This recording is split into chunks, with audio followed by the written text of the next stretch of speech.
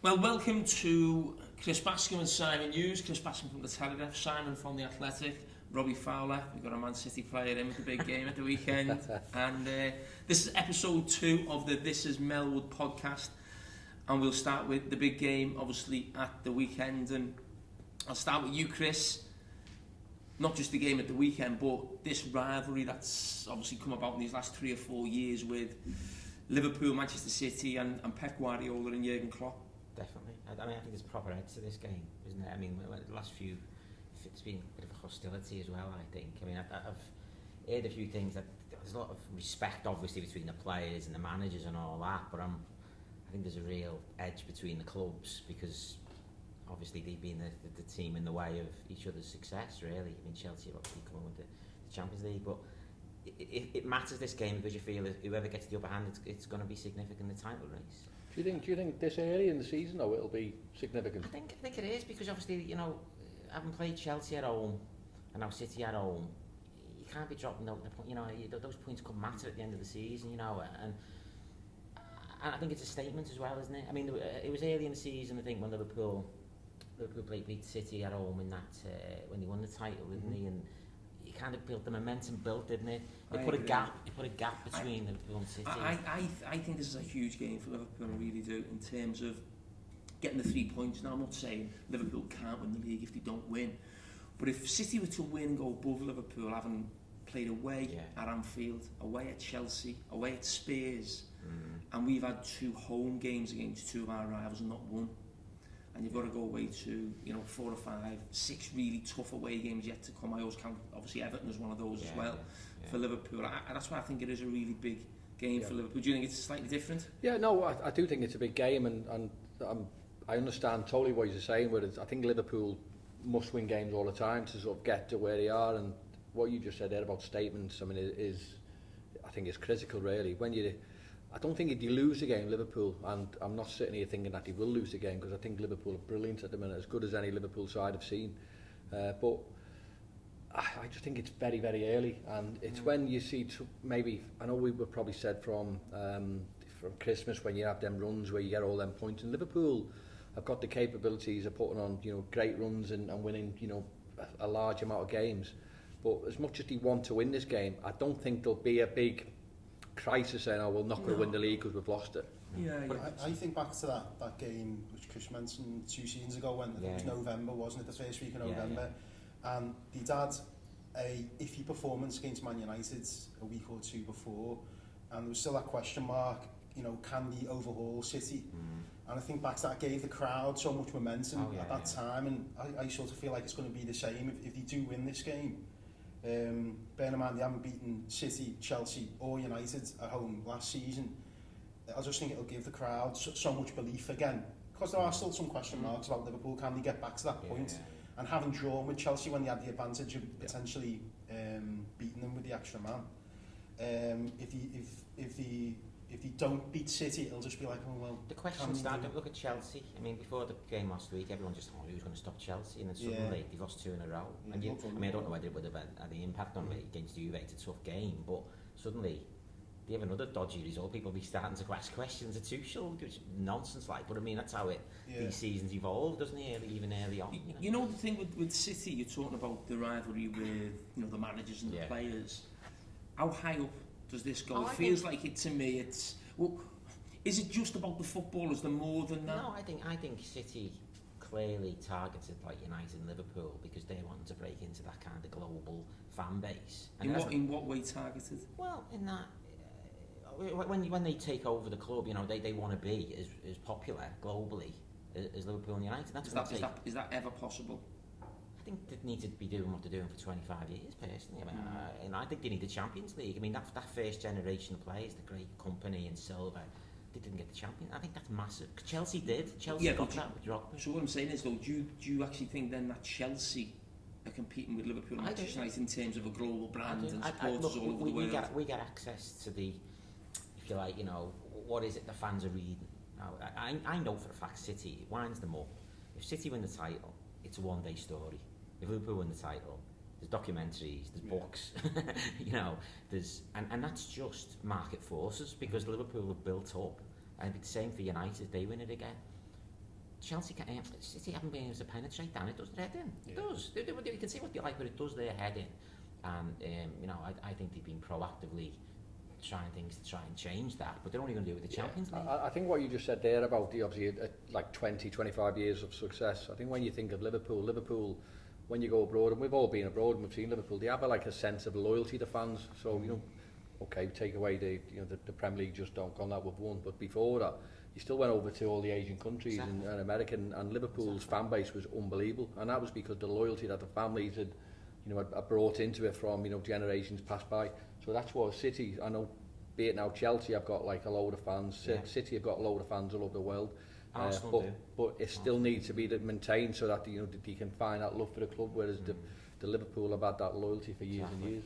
I think a lot about 2014, the year when obviously City won it at the expense of Liverpool, and they were so wound up by the fact that the story was about Liverpool losing it rather than City. There was a massive change, I think, around that time, the dynamic, because I think before then there was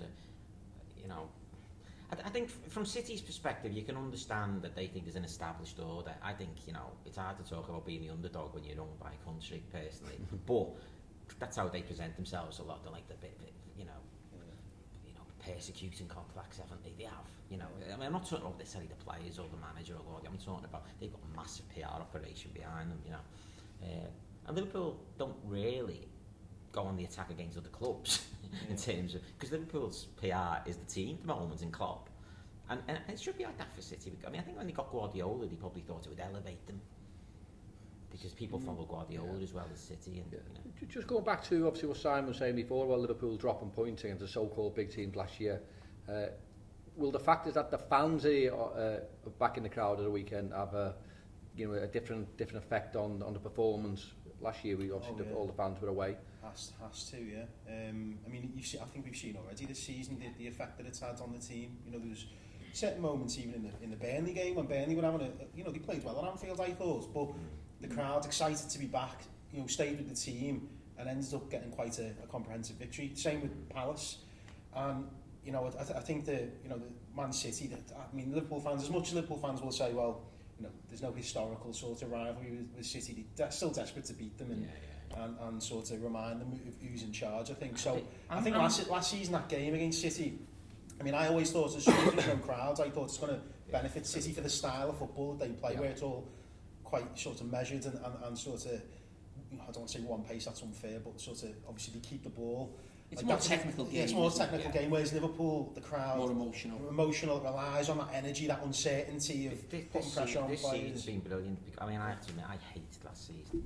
I mean, there's obviously reasons why, but you'd almost fallen out of love with football watching last season. If that was continued, this season, it's been so brilliant to start. It's like, you realise, everything's all right again, But not taking...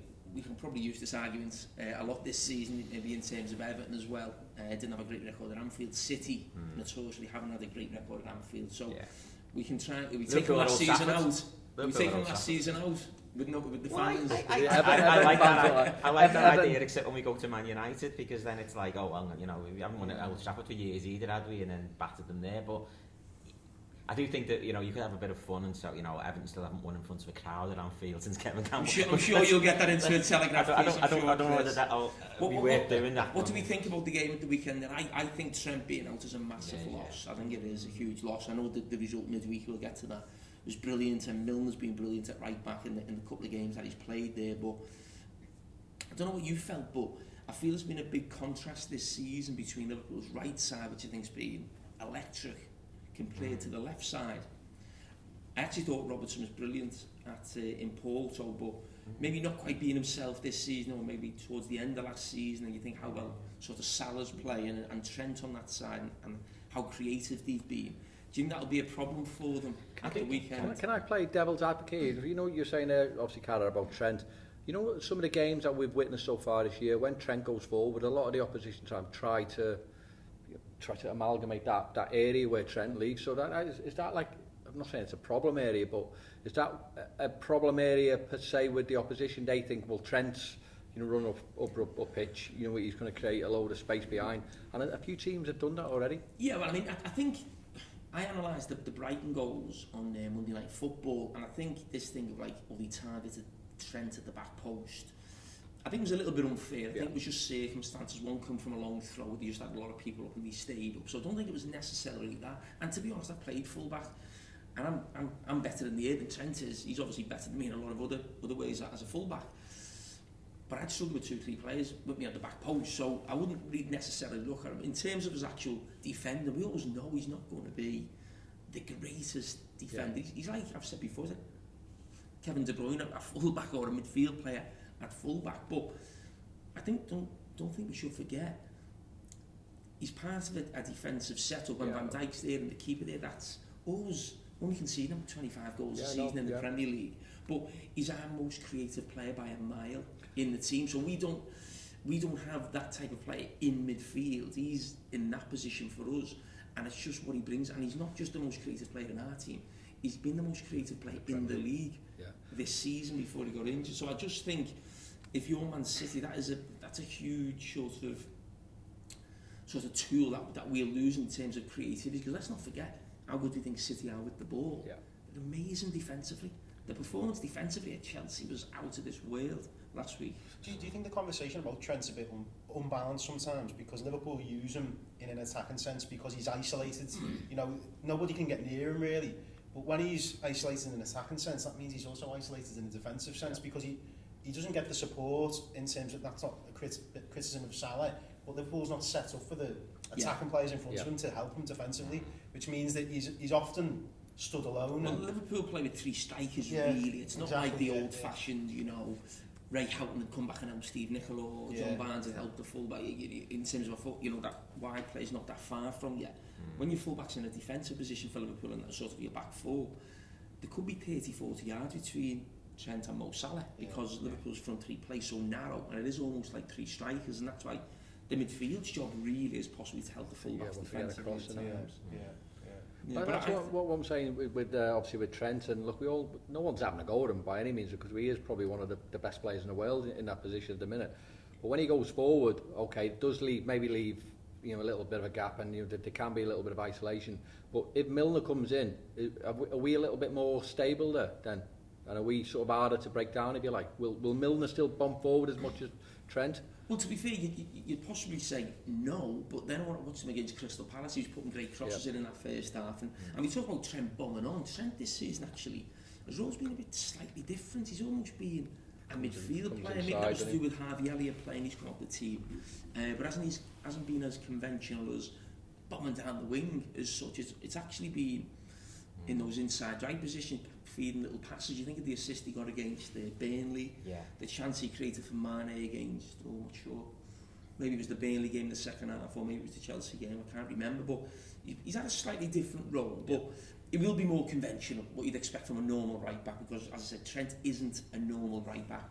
How the passes he produces from there, the positions he takes up, and he just has a specific role. I just feel we lose a lot of creativity when he's not playing. Do you change City's selection? I mean, would you put Sterling against Milner rather than Grealish? Because Grealish doesn't go past his man, does he? Well, I mean, in terms of pace. He comes inside, doesn't he? Comes in, you know what I mean? That's what I'm saying. It could be something for them to think about. I mean, Raheem got brought off midweek. He was playing as a central striker, and it feels like there's a bit of something doesn't feel right at the moment. Did you not think it was unusual for Klopp to announce beforehand that he's out of the game, though, in the sense that he doesn't like to give away information like that usually, you know, because Guardiola does this a lot sometimes, doesn't he? You know, he says, oh, De Bruyne is out, and then he comes back.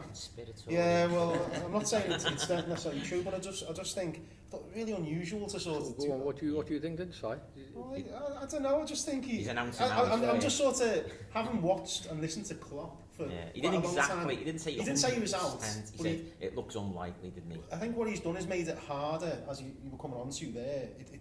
You were both coming on to. It makes it harder for Guardiola to decide what to do. It does. Yeah. Whereas if he rules him out outright, then he knows exactly what to do. If he says, "Oh, there's a good chance he's going to play," there could be a Lazarus. It sounds like he probably won't play. You know, so I think the wording is quite interesting. It's quite perceptive to see that actually. You could be onto something. That's a case of you heard it here first. It's exclusive. Robbie, do you think he'll play Roberto Firmino or Jota? I think he'll play Firmino, just for the simple fact is whenever he plays against them, I think he sort of lifts his game up and he performs a little bit better with dropping deep. Jota can do it, but I think Firmino's better dropping a little bit deeper, creating a little bit of space when, I mean, you know as a defender, I mean, you tell me. So if you've got a forward up against you and he keeps dropping deep, I mean, it makes your game a little bit hard because you don't know whether to go with him or just stay. But if you've got a defender on your shoulder and the ball's over the top, I mean, you can handle that, can't you, to a degree. But if Firmino keeps dropping and creates that little space for a Mane or a Salah to run into the channels, then it makes it a little bit. Last game last year, he played all four of them away. Yeah, I remember. Yeah. That's because they were all playing so well at the time. He didn't want to leave Firmino out. I thought Firmino was going to play in Porto. When he brought Firmino on at Brentford, I must say I didn't agree with that substitution at the time, but it almost felt like a substitution and managers got in his head before the game. And that does happen. That does happen. No matter how a game's going, sometimes a manager will think, I want that player to get half an hour tonight because of the next game. Yeah. And I thought Firmino was going to probably play an hour in Porto to almost get him ready for City. The fact he come on sub and he got a couple of goals makes me think, I'm not sure now. When he brought him on at Brentford, as I said, I thought he's bringing him on because he wants to start him in Porto to play maybe an hour and then play him against City. So now I'm not quite so sure whether they'll think 2 sub appearances is enough to start against City and probably play 60, 70 minutes. But I don't know, I'm 50-50 with it, but I think what you're saying in terms of the problems he'll cause City dropping deep, I think Klopp would actually be thinking of actually smothering City's midfield as much as you know what you're saying there. You know what you're saying there, and to a degree it's spot on. But I would probably not sit here and analyse the fact is that, I mean, Trent was only last minute, not a last minute not player against midweek against Porto. But if Trent was playing, there's a possibility that obviously Bobby Firmino could have played, just because obviously the role that he plays and him dropping deep and then Trent getting forward. But with Milner there, maybe it was a chance for maybe Jota to stay in there because you knew from a more of an offensive side of attacking teams and attacking oppositions, you're probably going to get a little bit more out of that. That might be the case. But I just think it'd be really interesting to see, because when it comes to the Chelsea game, he played Firmino, didn't he? Yeah. And I just thought that was I think in the big games he'll still go to Firmino, not necessarily because he thinks he's a better player. They're different players. He's a different player to Jota, but I think a lot of it is, I think he'd be wary of sort of the midfield. He was on maybe almost like 4-man midfield in some ways with Firmino dropping deep. So that's why I'd probably just edge for Firmino. I would. I think that when Liverpool have had good results against City in the past, a lot of it has been based on the quality of Firmino's performances. And as you said, he tends to lean on the players that have served him well in these big games when it really comes to it. So I'd be quite surprised if he didn't start. I'd expect Firmino to start. Well, you're thinking there, but Jota's come in and he scored goals. I mean, does it affect his performances in future games? Well, it doesn't really matter if I play well or score goals, because the next game I could be not. Is that how you would have felt? I've been there. Yeah. I mean, I know exactly what I'm talking about, because you play games and you think you played well and you score goals. The next game you're not playing. I mean, that has a real mental effect on your performance. We've never been able to empathise with the players in that way. We just sort of see even if the fact is when you're a player, and I mean you probably weren't in a situation, Carragher, because it seemed like you played under. Managers never really made changes to a defender unless there was a real necessity. So I knew as a forward that come 60, 65, 70 minutes, my number was going to come up, or it was going to be a forward whose number was going to, and that plays havoc with you, because you maybe you get a little bit carried away. You think you've got to do something extraordinary to stay on the pitch. Didn't you famously left out after you got a hat-trick? Yeah, it's happened to me twice actually. I scored an hat-trick against Leicester and then got dropped a week after. And you say you should have got 4. Yeah. And then it happened to me, funny enough, at Man City. I scored a hat-trick against Scunthorpe in the Cup and never played a week after. So the only man ever to score a hat-trick and get dropped twice. Is it fair to say now though that it isn't that famous front three anymore? The fact Jota's come means that it's almost Fab Four's back. Well, not even that they're all going to play. It doesn't feel like it's a nailed-on selection now. Firmino and Jota, it could be either, couldn't it, at any stage? I think that helps for me. I think Firmino's looked slightly shy, even at moments we've seen. Again, that could be a crowd. I think Mane's the same. There's something was missing with those two, and I think that might have just been the crowd last year. But he's a bit of a showman, isn't he? For me, as hard as he works, you don't want to do no-look goals when there's no crowd. Exactly, he feeds off sort of the positive noises of the stadium. I think you can feel that even in the little moments that he's had this season, a little flick and trick, and then the crowds get up when it comes off, and he gives them confidence, doesn't it? When, as you say, there's nobody there. There's not really much to feed off, is there? Chris, how good were Liverpool and Porto? We all see them on TV, but sometimes when you get to the stadium, it feels different. You know, it almost becomes, are we taking this for granted? No, it's just unbelievable. You know, it wasn't a full crowd, but they were still pretty lively, like, and you kind of think, what are we watching here? You know, 5-1 in Porto against, you know, they just drew with that. You know, we made them look like mug. Now, I know they had problems, you know. I wonder with the Pepe, didn't fancy it, to be honest with you. I think he's looking around, seeing the warm-up going, not for me tonight, lads, you know. But, and so good. I mean, 5 was the least he deserved, you know. The last 3 games, there was 4-5 and 4-5, 4 and 5 in it. You know, and what stood off from the first 25, I think from the first whistle, their bottle had gone. They were terrified, and they were just making elementary mistakes. But that's just the order of Liverpool now going to these. And obviously they know what had happened to them the previous games. But I mean, this is a level. I mean, certainly, I say it every year. Reporting on Liverpool, this is a level I've never seen. You know, I mean, that's obviously been the case for 3 or 4 years now. But you kind of think, God, you don't want it to stop. I think you said before, but we are watching something at the moment, aren't we? That I think, or I certainly fear a little bit. That in 4 or 5 years' time we'll be almost harping back to this time. You don't ever want us to go back to where you start the season and we're fighting for the top 4. Exactly. You don't want, and you almost want to just, even if Liverpool don't win the league this season, or the European Cup, it is special what we're seeing, the manager, the players. Love watching them. I never feel with any kind of situation that you're going to see a bad performance. It surprises me now if you see a bad performance. There's so many times, probably going back a long time now, where you're going to away games. Could this be a bit of a grind today? Could we get a 1-0 win today? And I used to expect to see goals. Yeah. And I do sense, I mean, it's probably a bit of social media thing. You do sometimes look at the reactions and you think, God, you know, just enjoy this. Yeah. There's nothing to moan about with this. Yeah. Even if they lose to City are a brilliant team. It could happen. But Liverpool are going to compete for the title. They're going to compete with the champ. They're going to get to the later stages. It could happen. Might not win it. But this is what we come to watch football for. This team, you know. A lot of people sort of voicing the concerns already about, well, you've got all these contract situations sorted out, but you know, what do we do next once that's gone? I'm like, enjoy for now. Like, you don't know what's going to happen in 18 months' time. You know, enjoy the current James Bond film. Don't think who's replacing Daniel Craig. You know? I know you've got to keep an eye on it. I understand that, but you can't let it consume your every thought, because otherwise, what's the point in being? Is that just a typical fan though? Because you know, we've all grew up watching the game and we've always wanted our team to sign players, you know, because that's what teams do. We were fighting that. But if you've got a team who's just competing anyway, do you necessarily need to sign players, or are you still happy with, you know, what you've got? Well, I think the whole argument this summer's just been over the lack of a 5th choice striker being signed. To be honest, that's what it boils down to, and nobody seems to have stopped to have asked the question, well, how does the manager feel about this at this moment? It comes back to what you were saying before. You know, like, it's difficult to manage 5 players who think that they should all be playing at the same time, and you're going to be letting 2 players down, and those 2 players, if they're not happy, could upset the balance of the squad. So I personally,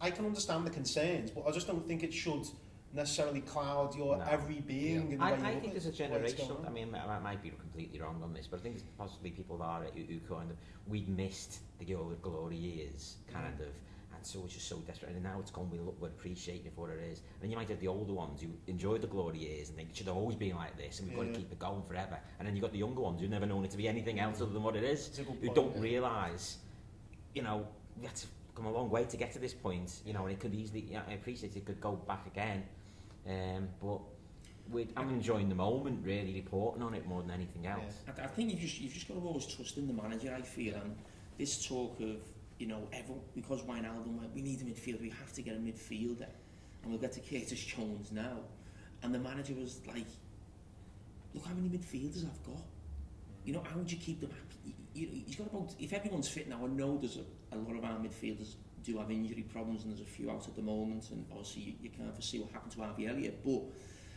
more often than not, when the fans question things and the manager comes out and says the reason why he hasn't signed X, Y or Z, it's really normally very simple, and you go, yeah, I can understand it. If you were the manager, why? Where are you going to buy that player from? Where are you going to fit them in? And he's always proven right on it. Now, I agree with the fifth choice striker thing. My point on that one was, could we have got, like, not someone who thought they were going to play, but almost like a young one coming in? I know we've tried that before and it hasn't worked with maybe Solanke and Brewster, but someone of that ilk, maybe a bit better quality.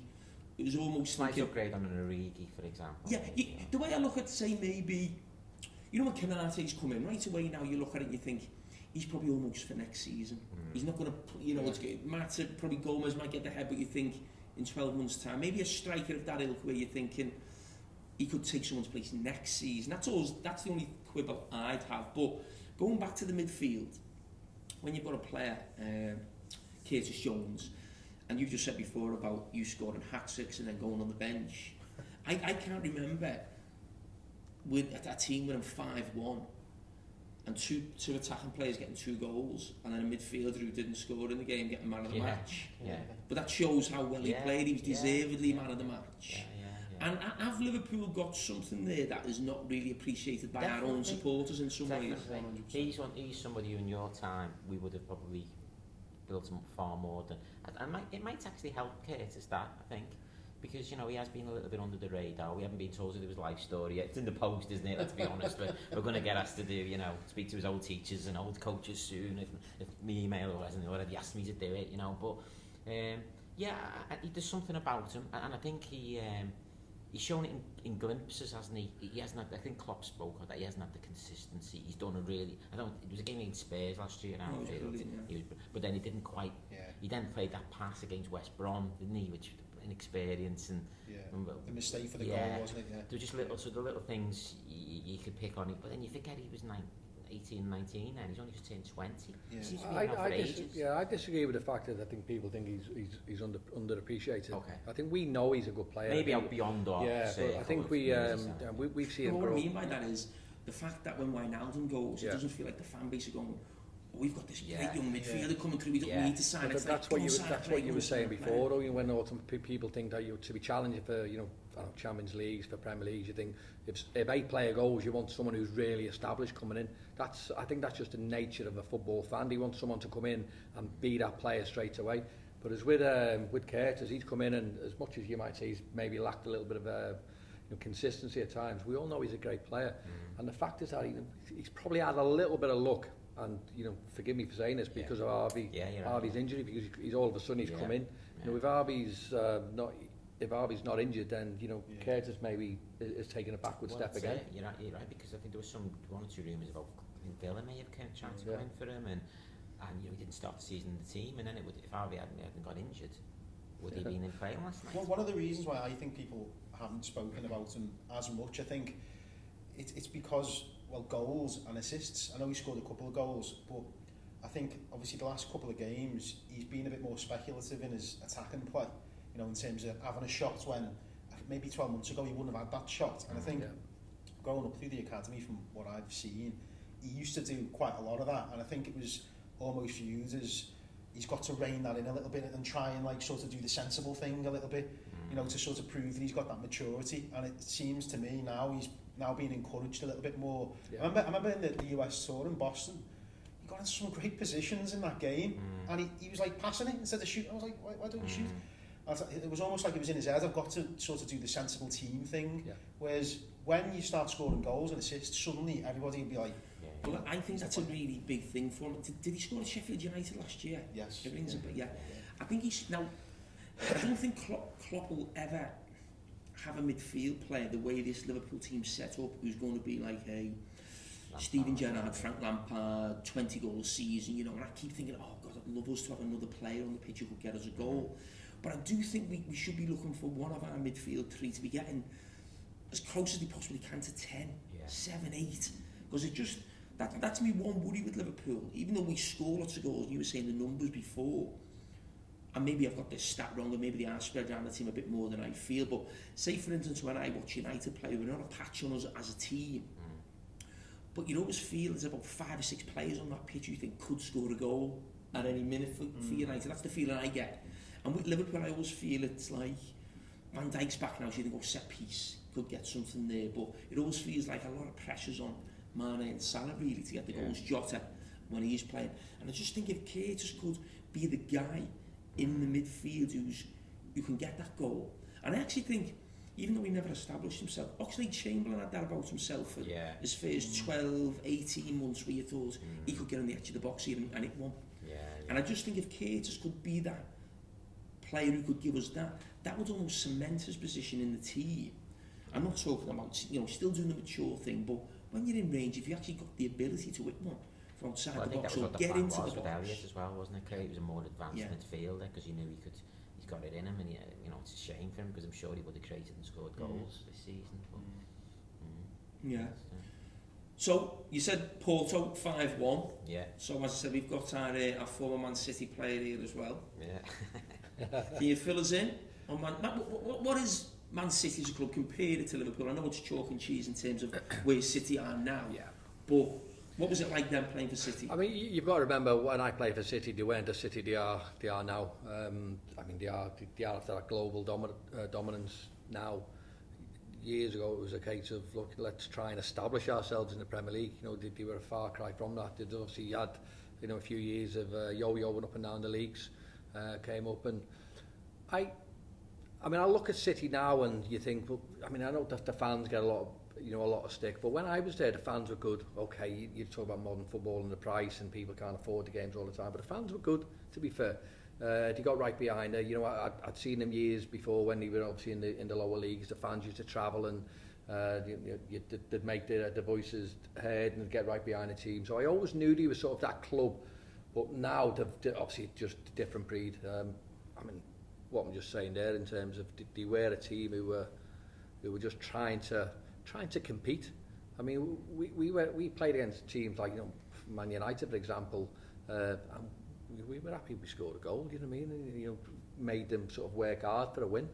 I know we sort of done okay against Manchester United because again it's one of them where I always liken it to teams when they play one of the Premier League teams in an FA Cup. I mean, you raise your game when you play against bigger teams, and I think that's what we did all the time against Manchester United, for example, or even Liverpool. But now it's just a totally different club, isn't it? How hard was it for you when you played against Liverpool for City? In what way? What do you mean in terms of? Well, you're playing against it's your club. You're seen as a Liverpool man. You're not seen as a City guy, but you are there. You've left Liverpool. You didn't want to leave. I know you went to Leeds, but when you're actually coming up against Liverpool, I remember you scoring at the Etihad. I think there was a game at Anfield where Man City beat us, and then else we got 2. You were involved in that. I mean, I wanted to win. In all fair, I mean, as much as I love Liverpool and I wanted Liverpool to win everything, I wanted to go there and whether it was at the City Manchester Stadium or whatever it was called back then, I don't even know, and Anfield, and I wanted to win, and I wanted. I suppose it's a case of I want to show the club what he's missing, certainly from an individual point of view. But it's just a case of being professional. When you've never played for anyone else, Carragher, so you don't really know. And I always say this about Villa. You never won that, or you did. But what I'm saying, when I was with Liverpool, right, I've gone through academy teams all the way first team, and I maybe took it for granted, in all honesty, because I'd never known anything different. But when you play for other teams, and I played for Leeds, and Leeds were a big club, right, regardless of what people say about them, they're a big club. Man City was a biggish club, back then, but they were nothing in comparison to Liverpool, and that's why when I went back, I realised of how big and how special Liverpool was, and that was because they're totally different to them other clubs. Everything about it, the statue, the fans, the statue of the club, the history, the like. It's. I mean, we have a. There used to be a thing on the telly years ago, like the Ready Break Man. Remember, where you obviously did this little character would be on the telly, and this aura around them. I think Liverpool as a club have that. So you go to Melwood and so the Ready Brek Club. The Ready Brek. So when this podcast comes out and it ends up on Mail Online or something, Robbie Fowler says the Liverpool are the Ready Brek Club. No, don't say that. No, what I'm saying, so Liverpool have an aura and they always have done, haven't they? Yeah, but when other clubs, you know, they haven't, and obviously they're trying to build to what Liverpool are. You know, and it will take years. That's what we were touching on. And it was really weird when they brought the other go to City fans. You know, as you say, if you're going to sort of like, rivalries aside, club fans who stood by their team when they were going through, you know, did somebody not have a word with them in his ear and go, I can't come a minute, you know, and then it all sort of got a bit strange, didn't it? Where I thought the City guy who had to go back was fairly entitled to defend the supporters, and then he gets battered for like defending his. I mean, it's just a cultural thing, isn't it? They obviously... Or is it a social media thing? Well, it's probably that. Yeah, obviously. Is it not just that City aren't as big as the manager wants them to be, or the club want themselves to be? It's almost like a sign of frustration. Why aren't we getting the Champions League nights that they're getting at Old Trafford and Anfield? Because it's going to take you longer. You know. Well, City, in all fairness, City want to be Liverpool. That's the be all and end all, isn't it? Yeah, well, I think it might have been Rory Smith came up the line once, and about, you know, City should have the thing that they want, and the thing that Liverpool sort of City that they want, you know, and somewhere in, you know, but that's where a little bit of an envy thing probably come into the rivalry. Yeah, I mean, it is a social media thing, isn't it, where it's so tribal and the rivalry, and Liverpool and Man United take the piss out of City, you can't fill your stadium and that type of thing, and stuff like that. But when that fan sort of went back at Guardiola said something after the game, and sometimes you can be a bit emotional, and sometimes you say things, and sometimes I know that from being on TV or something, you say something at the end of the game, and you think back a couple of days later. My big thing was when Guardiola wouldn't back down a little bit in the press conference, or even just say, what I meant was, it wasn't a case of no, I didn't. It was almost, I apologise if he was offended by what I meant was this. And I just think, it's a dangerous one to do that, and you can never win. You can never win in an argument with the fans of a club, because at the end of the day, they pay their money, whereas the club give you money. They just haven't embraced the UEFA thing because they see, you know, the whole thing is set against that. I don't think it is. You know, they've got the players to win the Champions League. They just haven't produced it. Well, it is the thing when Liverpool played City in 2018, when City were you know, on the Champions League, and Liverpool were battering them in the first leg. I remember going to the Etihad that night, and the atmosphere was absolutely brilliant, wasn't it? City were obviously favourites ahead of the time, but Liverpool were ahead in the time. They made it so difficult that first half. I've never seen... It's like Liverpool were properly wobbling, I thought, and that was partly due to the crowd and the energy. So it can be like that, but I think that was because it was against Liverpool. Maybe. If it was against another European they club, just haven't maybe... seem to have had that night, have they? That one night that we, you know, Liverpool had so many of them. They probably just need that to be the catalyst. Like, if Spurs had gone their way, maybe, you know, like that Spurs game where it all went wrong. The Sterling goal in the last minute, where it's that much offside. Is the comparison there? So you know, obviously Guardiola comes out and he has a little bit of a dig at the fans. Is that because obviously he looks across here and sees how important the fans are? Well, I remember, that's what I'm saying. City want to be Liverpool. 100%, because you as a manager, you'll look for any slight advantage you can have to make your team better. And I always remember speaking to Jose Mourinho about that, about Anfield, you know, and he used to have probably similar sort of digs maybe at Chelsea, and he was obviously coming here for the semi-finals, and I remember speaking to him about, he was asking me about Liverpool's new stand, what's going on, and I just said, well, we're going from 45 to 54. He went another 9,000 at Anfield. He went, wow. And it was just that thing of like, Pochettino said the same, didn't he? He said the same when it was that season where they were not far away, and he was like, our fans should do what they're doing at Anfield. It's every game's an event or something. Use some quote. It's, you know, small gains in football are massive, aren't they? I remember, I know, totally off subject here, but when I went over to Brisbane, right, we had obviously when you come out of the dressing room, so we changed. We sat on the left as you walked out, but I swapped it over to the other side because that's where the linesman was, right? And Oh, mind games. Yeah, it I is. thought that did when he was the manager and he get beat at half time. He got something to break the goal post, didn't he? Or something? Who, me dad? He got someone to break the crossbar. He had to try and get the game abandoned. Don't know where the Warnock's Did it work? He might have got another one. Oh, God. Yeah. This is where the conversation though about, you know, we talk about last season, the influence of the crowd. Like, I just never bought that argument about, well, it's the same for everyone, because that just betrays histories and sort of collective mentalities. It's like a huge part of why Klopp picked Liverpool.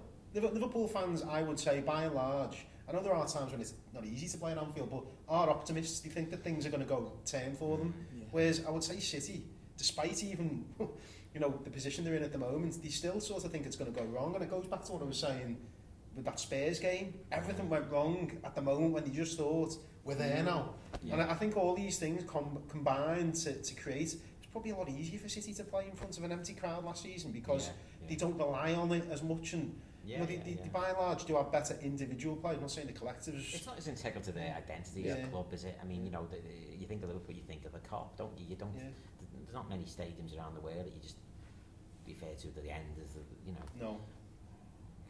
The Colin Bell stands. You know what I mean? Kit-Packs, wasn't it? Kit-Packs, yeah. But, Robbie, can I ask you about your relationship with Guardiola? I know it's quite far-reaching after you. Yeah, I actually played golf years ago, actually in a golf tournament, right? And he walked past me, Guardiola, in the hotel, and he turned round to me and he went, he said, "Why didn't you sign for Barcelona?" And I went, well, didn't know they were interested. He went, "Yeah." He said, "When I was there," he said, "obviously Cruyff had tried to sign you." I went, "Oh, didn't know that." Yeah. And I was taken aback, but that's my only really conversation with Guardiola. And I know you've got something else. I wasn't expecting that, I've got to be honest, because you wouldn't mind leaving Liverpool for there, would you? Well, I know Robbie Fowler at the new camp burned to fuck, just like that. I think I'd probably been happy on the bench there. Team, eh? Yeah, I know, but that was really my only conversation with obviously Guardiola. And to be fair, I think he's a brilliant manager, to be honest. But him coming out and saying that, because again, you know, you talk about managers who sort of understand the game and know the game, and when he's coming out with little stuff, well, I was playing for a team who were brilliant, and our manager tried to sign you, so I felt great. I went out and won my 18 holes in the afternoon. But I know you've got something else, Simon. What else have you got? Well, before we started recording, I was saying, you know, you were at City when Guardiola went on trial there in 2005, and there was a big, is he going to sign, is he not going to sign? He's obviously at the sort of back end of the career, but well, I'm just going to stop you there because I actually don't remember. I mean, he must have been that good in training, I just never seen him, or he was that quick. But honestly, for the life of me, I can't remember Guardiola being at Man City on trial. There you go. I mean, you know what? I was probably injured. I was probably in the treatment room at the time. Yeah. But honestly, when you mentioned, I was like, like, been the manager then. Stuart Pearce. That's probably why he never signed. He wouldn't have fancied him, would he? He preferred David James up front. David James was an older midfielder. Yeah. In fairness, you weren't in the team at the start of that season, so maybe you were injured and you weren't. Like, yeah, to be honest, Simon, there was every chance. You know, I mean, I've had my fair share of injuries, but. Yeah, honestly, when you said that before, I mean, I was taken aback. Yeah. I literally did not know that he was there. Yeah. I mean, you think when you're in a dressing room, you're thinking all the lads would come in and say, "Oh, that Guardiola's been, he's brilliant today." Yeah. I can't even remember anyone saying that. He must have been Shizer. Okay, we'll go for our predictions at the weekend. I'm going for a Liverpool win, and I'm going to go for a 3-1 win. Ooh, I was going to say that. I was going to say that as well. Everyone's going with 3-1. 3 against the City defence, yeah? Make it 2-1 then, Liverpool. I'll say 3. I think 3-1 as well. I think Salah, at the moment, I just think very difficult to stop him, the way he's playing. And I think that's the area of the pitch where they're most vulnerable as well. I mean, we talk about Liverpool's vulnerability, potentially defensively. I think left-back, they still haven't solved it, have they? So I think that I'm going to go for Liverpool 1-0. I think it'll be really tight. How bored are you, by the way? No, that's just what I think. I think City are really good defensively, really strong. I watched them in midweek. They were really good in Paris. They were brilliant at Chelsea defensively. So I think it'll be tight. But I think, of course, they're great going forward as well. But I think on the back of us conceding 3 at Brentford, and Klopp sort of said, I wanted to play the same team. almost to get Brentford out of the system. And I just think we'll be really focused on a defensive end, and City's lack of a striker. Yes, they'll have a couple of false nines, great players, Foden, De Bruyne, and players like that. Maybe they could really, you know, punish us at right back in terms of James Milner late in the game with his age or something. But I think we'll just have the edge of the crowd, and I just think it'll be I think we can just nick it 1-0. Do you think Chelsea will come, Chelsea? Do you think City will come and perform the way Chelsea? I know Chelsea were forced out with obviously the man sent off, but will City sit, or will they still play the expansive game and try and, you know, play all their football in the opposition half? They'll always play that. They'll always do that. And Larry always talks about playing our way. I don't think they play the same. They'll have a plan for Liverpool and maybe try and exploit them in different areas. But watching the game at Chelsea, which is how they'll see it, you know, going away to a title rival, Chelsea couldn't even get up their own half. I mean, I thought it was a brilliant display by City, and that's what they'll try and do to Liverpool. But I think I think with the crowd, I think we'll just have enough and we'll just nick it 1-0. So you know, last year the game. I mean, I'm trying to like, you know, fathom out how the game worked out, but it was quite tight for a large part of the game last year. We got it 1-1. We never looked ourselves the crowd, but it always looked. I mean, Foden was unbelievable. Wasn't he? Alisson made a mistake, didn't he? And you know, so he wanted to make amends. Very rarely that he had, but he had that little spell, didn't he? Oh yeah. I remember now. He's been knocked back to his normal self, really, hasn't he? Brilliant, yeah. The thing is, even the season before, when Liverpool beat them, was it 3-1 that season? I thought City and Anfield were excellent the second half. I know Liverpool scored at vital times, but you know, in terms of the performance of the team, they really put Liverpool under pressure that second half. It wasn't Liverpool didn't coast through that game. Yeah. You can never coast, can you? It's tallies with what you're saying, you know, in the sense that they tried to put Liverpool on the back foot, but Liverpool, you know, was sort of ruthless in front of goal, I thought, that day. Okay, well that's round 2 on the This Is Melwood podcast. We said we'd do one a month, so it would have been the last day of September. We had to get it in today. So see you all in October. Yeah, cheers fellas. What was that, 45 minutes? Yeah. Was that right, wasn't it?